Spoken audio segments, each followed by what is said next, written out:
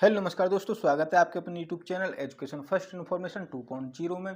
तो साथियों, ये वीडियो आपके लिए महत्वपूर्ण होने वाली है क्योंकि इस वीडियो में आपको कराने वाले हैं भारतीय राजनीतिक व्यवस्था यानी कि इंडियन पॉलिटिकल सिस्टम, भारतीय राजनीतिक व्यवस्था। ये हमारी दूसरी वीडियो है। इससे पहले हमने एक वीडियो अपलोड कर दी है इस पेपर की। पेपर कोड है G171। तो चलिए स्टार्ट करते हैं। यदि आपको वीडियो पसंद आए तो वीडियो को लाइक करके अपने फ्रेंडों को शेयर कर दें ताकि ऐसी वीडियो आपको मिलती रहे। देख लो परीक्षा में आने वाले प्रश्न। तो हम उन क्वेश्चनों को करा रहे हैं जो परीक्षा में आने की प्रबल संभावना है और हो सकता है यही क्वेश्चन आपसे पूछ लिए जाएं। तो स्टार्ट करते हैं।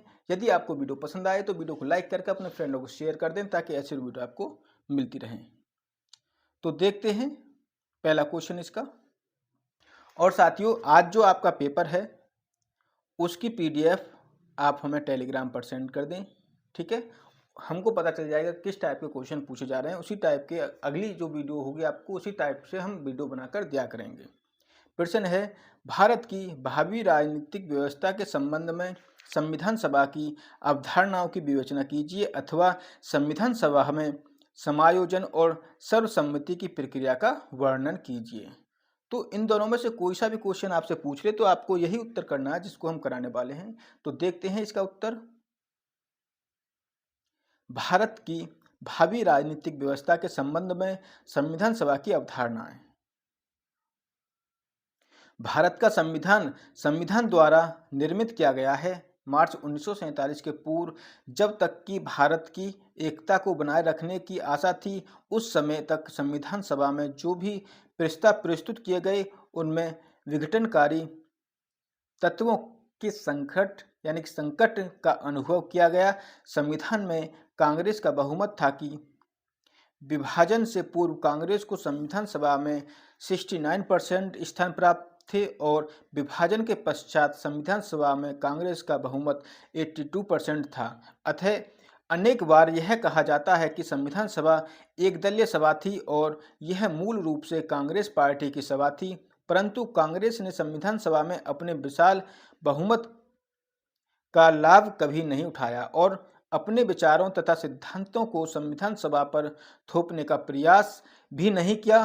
कांग्रेस के नेताओं ने संविधान सभा में उन विद्वत पुरुषों को भी सम्मिलित किया जो कांग्रेसी नहीं थे परंतु अपनी योग्यता के लिए बहुत प्रसिद्ध थे। इनमें doctor Ambedkar, Shyama Prasad Mukherjee, A.K. Iyer, N.G. आयंकर इत्यादि प्रमुख थे। ग्रेनविल ऑस्टिन का विचार है कि भारत की संविधान सभा का दृष्टिकोण निम्नलिखित 3 सिद्धांतों पर आधारित था। तो वो कौन से 3 सिद्धांत हैं? पहला सिद्धांत हो जाएगा आपका सर्वसम्मति का सिद्धांत। संविधान सभा का दृष्टिकोण सर्वसम्मति के सिद्धांत पर आधारित था। सर्वसम्मति का अभिप्राय यह था कि जो भी निर्णय लिए जाएं वे सर्वसम्मति से लिए जाएं। इस संबंध में ग्रेनविल ऑस्टिन लिखते हैं कि सर्वसम्मति इस तथ्य को मान्यता देती है कि बहुमत का शासन यदि नैतिक दृष्टि से अन्यायपूर्ण नहीं है तो भी राजनीतिक विवादों में राजनीतिक दृष्टि से उचित नहीं है क्योंकि उनमें मानवीय भावनाएं निहित होती हैं। संविधान निर्माता अच्छी तरह समझते थे कि संविधान यानी कि वही संविधान टिकाऊ हो सकता है जो सर्वसम्मति पर आधारित है या सर्वसम्मति के इस लक्ष्य को प्राप्त करने के लिए विभिन्न तरीके अपनाए गए। इसके लिए अनेक बार कांग्रेस पार्टी यानी कि व्हिप जारी क्या करती थी। जब भी व्हिप जारी किया जाता था तब मतों पर नियंत्रण होता था। M.B. पायल ने लिखा है, संविधान सभा में वाद विवाद को पूरा प्रोत्साहन मिला तथा आलोचना के प्रति सहनशीलता व्यक्त की गई। लंबे वाद विवाद के प्रति असंतोष नहीं दिखाया गया तथा अपने विचार दूसरों पर थोपने एवं शीघ्रता से कार्य समाप्त करने का प्रयास भी नहीं किया गया। यह एक पूर्ण लोकतांत्रिक प्रक्रिया थी जिस पर भारतीय लोग गर्व कर सकते हैं। आगे देखते हैं। संविधान सभा में सर्वसम्मति से निर्णय लिए जाने के प्रमुख उदाहरण निम्नलिखित हैं। पहला, प्रस्तावना। संविधान सभा ने प्रस्तावना और उद्देश्य प्रस्ताव को सर्वसम्मति से स्वीकार किया। प्रस्तावना से के प्रारंभिक शब्दों में ही यह भाव निहित है कि संविधान का उद्भव जनता की इच्छा से ही हुआ है और अंतिम सत्ता जनता में ही निवास करती है। प्रस्ताव संविधान सभा के इस संकल्प की घोषणा है। प्रस्ताव संविधान सभा के इस संकल्प की घोषणा है कि वह भारत को संपूर्ण प्रभुत्व संपन्न लोकतांत्रिक गणराज्य बनाएगी। दूसरा पॉइंट है संघीय व्यवस्था। संविधान सभा ने भारत की संघीय व्यवस्था पर फरवरी 1947 में विचार प्रारंभ किया और नवंबर 1949 तक इस पर वाद विवाद होता रहा। संघीय व्यवस्था से संबंधित प्रावधानों को इस प्रकार निश्चित करना था कि जिससे संघ प्रतिनिधियों और प्रांतीय सरकारों के प्रतिनिधियों को संतुष्ट किया जा सके। इस लक्ष्य की प्राप्ति के लिए संघीय शक्ति समिति तथा प्रांतीय संविधान समिति में प्रांतों के महत्वपूर्ण व्यक्तियों को सम्मिलित किया गया। उदाहरणार्थ संघीय शक्ति समिति में उत्तर प्रदेश के मुख्यमंत्री गोविंद वल्लभ पंत तथा अन्य राज्यों के 3 महत्वपूर्ण नेताओं मिस्टर टी कृष्णमाचारी और रामास्वामी मुदलियार को सम्मिलित किया गया था। संघीय प्रारूप समिति, संघीय शक्ति समिति और संघीय कैबिनेट के सदस्य प्रांतीय मुख्यमंत्रियों तथा शिक्षा और वित्त मंत्रियों के बीच बैठकें होती रहती थी, परंतु हमें यह नहीं भूलना चाहिए कि संघीय व्यवस्था पर सर्वसम्मति होने का महत्वपूर्ण कारण भारत का विभाजन था। भारत के विभाजन के बाद शक्तिशाली केंद्र के लिए लगभग सभी की सहमति थी और इसलिए संघीय व्यवस्था के साथ साथ शक्तिशाली केंद्र की व्यवस्था भी सर्वसम्मति से की जा सकती है। तीसरा, संघीय संसद। संसद के संगठन कार्यों एवं शक्तियों पर खुले रूप से विचार किया गया है और अन्य में सर्वसम्मति से निर्णय लिए गए। के.एम. पारिकर, गोपाल स्वामी अयंगर और अल्लादी कृष्णस्वामी अय्यर ने द्विसदनीय संसद का समर्थन किया, लेकिन मोहम्मद ताहिर ने द्वितीय सदन के प्रावधान का विरोध किया। सिब्बन-लाल सक्सेना ने भी ताहिर के इस मत का समर्थन किया कि द्वितीय सदन की संरचना अप्रजातांत्रिक है और इससे देश की प्रगति में अनावश्यक रूप से बाधा पड़ सकती है। चौथा पॉइंट, अल्पसंख्यकों की सुरक्षा। सबसे संवेदनशील विषय अल्पसंख्यकों की सुरक्षा से संबंधित था। मौलाना अब्दुल कलाम आज़ाद चाहते थे कि सामान्य चुनाव क्षेत्रों के होते हुए भी मुसलमानों तथा अल्पसंख्यकों के लिए सीटें आरक्षित की जाएं। सरदार पटेल इस प्रकार के आरक्षण के विरुद्ध थे। इस समस्या के समाधान में 2 महिलाओं ने महत्वपूर्ण भूमिका निभाई। भारतीय ईसाइयों की ओर से बात करते हुए राजकुमारी अमृत कौर ने कहा कि धर्म या जाति के आधार पर आरक्षण या अन्य सुविधाएं प्रदान करने से भारतीय संघ की एकता अखंडित होती है। सरदार पटेल ने लखनऊ की बेगम एवाज रसूल मुसलमानों का पक्ष प्रस्तुत करने को कहा। बेगम ने कहा कि जो मुसलमान भारत में रह गए हैं और वे राष्ट्र का अभिन्न अंग हैं और इसलिए उन्हें विशेष सुरक्षा की आवश्यकता नहीं है। सरदार पटेल ने तुरंत यह बात पकड़ ली और कहा कि मुसलमान सर्वसम्मति से संयुक्त चुनाव क्षेत्रों के पक्ष में हैं और बैठक समाप्त कर दी गई। अगला पॉइंट, भाषा का प्रश्न। अगला पॉइंट है भाषा का प्रश्न। भाषा से संबंधित प्रश्न भी सर्वसम्मति से निर्णय का महत्वपूर्ण उदाहरण है। भाषा की समस्या का ऐसा समाधान खोजने का प्रयास किया गया जिससे सभी सामान्य रूप से स्वीकार कर लें और यह प्रयास 3 वर्षों तक किया गया। संविधान सभा का अंतिम बैठक के प्रारंभ में सभा के अध्यक्ष डॉक्टर राजेंद्र प्रसाद ने कहा था कि वह भाषाई प्रावधानों को मतदान के लिए नहीं रखेंगे, क्योंकि यदि कोई निर्णय संपूर्ण राष्ट्र को स्वीकार न हो तो उसको लागू करना कठिन होगा। लंबे वाद विवाद के बाद भाषा की समस्या पर सर्वसम्मति से निर्णय लिए गए। दूसरा पॉइंट हो जाएगा आपका समायोजन का सिद्धांत। आइंस्टीन के विचार अनुसार भारत के संविधान निर्माण में मौलिक योगदान समायोजन का सिद्धांत है। उन्होंने समायोजन की परिभाषा इस प्रकार दी है: समायोजन दो विरोधी धारणाओं में समझौता व सामंजस्य करने की योग्यता और तत्वों को परिवर्तित किए बिना उनको संचालित करना है। समायोजन ऐसे दो सिद्धांतों का मेल है जो गैर भारतीयों और विशेष रूप से यूरोपीय एवं अमेरिकी पर्यवेक्षकों को विरोधी दिखाई देते हैं। वास्तव में संविधान सभा के सदस्यों ने व्यवहारिक दृष्टिकोण को अपनाते हुए समायोजन के सिद्धांतों को अपनाया।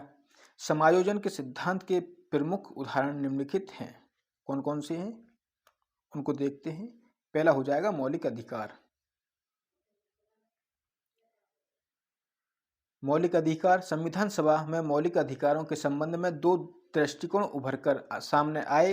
एक दृष्टिकोण यह था कि जितने अधिक से अधिक अधिकारों का समावेश संविधान में हो सके किया जाना चाहिए और इन अधिकारों को सीधे न्यायालयों द्वारा लागू किया जाए।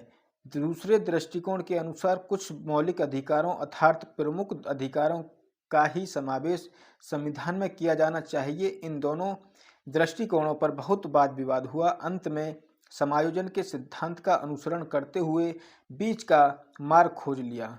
मुआवजे की व्यवस्था के संबंध में भी बहुत वाद विवाद हुआ और इस समस्या का भी समायोजन के द्वारा ही समाधान किया गया। अगला पॉइंट है नीति निर्देशक सिद्धांत। संविधान के चौथे अध्याय में नीति निर्देशक सिद्धांतों पर अपेक्षाकृत संक्षिप्त वाद विवाद ही हुआ है।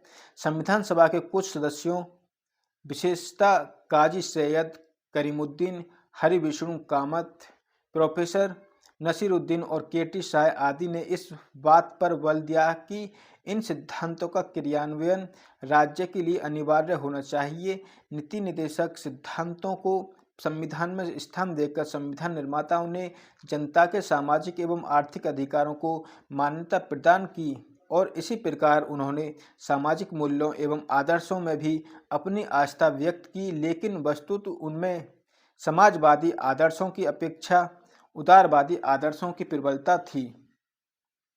इसी कारण इस नीति निर्देशक तत्वों के अवाद योग्य नॉन जस्टिकेबल स्थिति ही प्रदान की गई।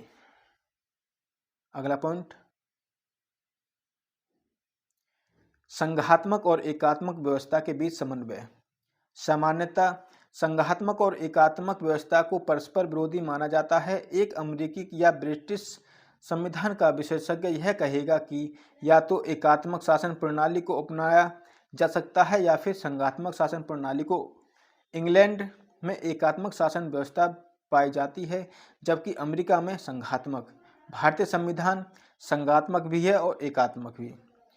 हमारे भारतीय निर्माताओं ने संघात्मक व्यवस्था के साथ साथ केंद्र को इतना शक्तिशाली बनाया है जिससे किसी भी असामान्य परिस्थिति का सामना किया जा सके। केंद्रीकरण और पंचायती राज के बीच समन्वय। संविधान सभा के कुछ सदस्य पंचायती राज के समर्थक थे जबकि कुछ शक्तिशाली केंद्र के संविधान सभा के अध्यक्ष डॉक्टर राजेंद्र प्रसाद तथा कुछ अन्य पंचायती व्यवस्था को अपनाने के प्रबल समर्थक थे। उनके अनुसार वैयक्तिक मताधिकार और प्रत्यक्ष चुनाव के आधार पर ग्राम पंचायतों और नगरपालिकाओं बोर्डों की स्थापना की जाए। पंचायतों और वार्ड अपने प्रतिनिधियों को निर्वाचित करके उच्च संस्थाओं में भेजें और इस प्रकार संसद का निर्माण किया जाए। परंतु दूसरी ओर पंडित जवाहरलाल नेहरू ने संविधान सभा के अधिकांश सदस्य शक्तिशाली केंद्रित सरकार के पक्ष में थे। अंत में समायोजन के सिद्धांत का अनुसरण करते हुए आगे देखते हैं शक्तिशाली केंद्र और पंचायती व्यवस्था के बीच समन्वय स्थापित किया गया। संघ तथा प्रांतीय सरकारों के संबंध में केंद्रीकरण के सिद्धांत को और प्रत्यक्ष निर्वाचन व्यवस्था को अपनाया गया।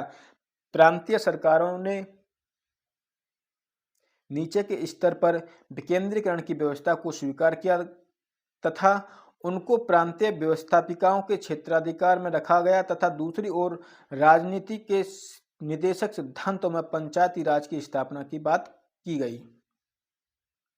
पांचवा, राष्ट्रपति का निर्वाचन। संविधान सभा में राष्ट्रपति के निर्वाचन पर बहुत अधिक वाद विवाद हुआ। कुछ सदस्यों का यह विचार था कि राष्ट्रपति का चुनाव वयस्क मताधिकार के आधार पर प्रत्यक्ष रूप से जनता द्वारा होना चाहिए, परंतु कुछ सदस्यों का विचार था कि राष्ट्रपति का चुनाव संसद द्वारा होना चाहिए। अंत में दोनों दृष्टिकोणों में समन्वय स्थापित किया गया और यह निर्णय लिया गया कि राष्ट्रपति का चुनाव एक निर्वाचन मंडल द्वारा किया जाए, जिससे संसद तथा राज्यों की विधानसभाओं के निर्वाचित सदस्य हों। अगला पॉइंट, परिवर्तन के साथ चयन का सिद्धांत। संविधान सभा का दृष्टिकोण परिवर्तन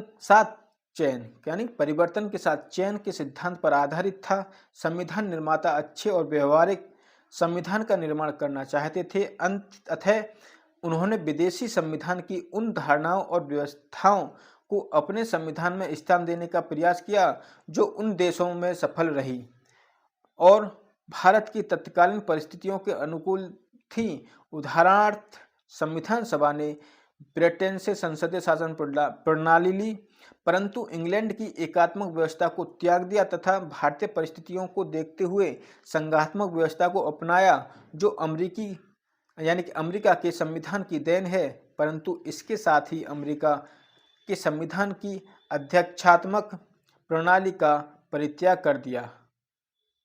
संविधान सभा ने राष्ट्र के भावी स्वरूप को ध्यान में रखकर संविधान का निर्माण किया। संविधान की संशोधन प्रणाली परिवर्तन के साथ चयन के सिद्धांत का एक उत्कृष्ट उदाहरण है। भाषा संबंधी मामले में नए राज्यों का गठन, राज्यों के क्षेत्रों में परिवर्तन और उनका विलय आदि संसद के अधिकार क्षेत्र में रखकर संविधान सभा ने दूरदर्शिता का परिचय दिया। संविधान सभा की विविध अवधारणाओं से ज्ञात होता है कि संविधान सभा में अधिकांश निर्णय यथासंभव सामान्य मत से लिए जाने का प्रयत्न किया है। रजनी कोठारी का मत है। इन दृष्टिकोणों से पता चलता है कि नए राष्ट्र की संस्थाओं का ढांचा तैयार करते समय किस प्रकार निर्णय लिए गए। यह संविधान भारत के भविष्य की आधारशिलावत तथा इसकी रचना में नेताओं ने पुराने और नए विचारों में अधिक से अधिक सामंजस्य लाने का प्रयत्न किया। तो साथियों, ये था आज का क्वेश्चन। यदि आपको वीडियो पसंद आई हो तो प्लीज़ वीडियो को लाइक करके अपने फ्रेंडों को शेयर कर दें ताकि ऐसी और वीडियो आपको मिलती रहें। तो चलिए यहीं तक। जय हिंद साथियों।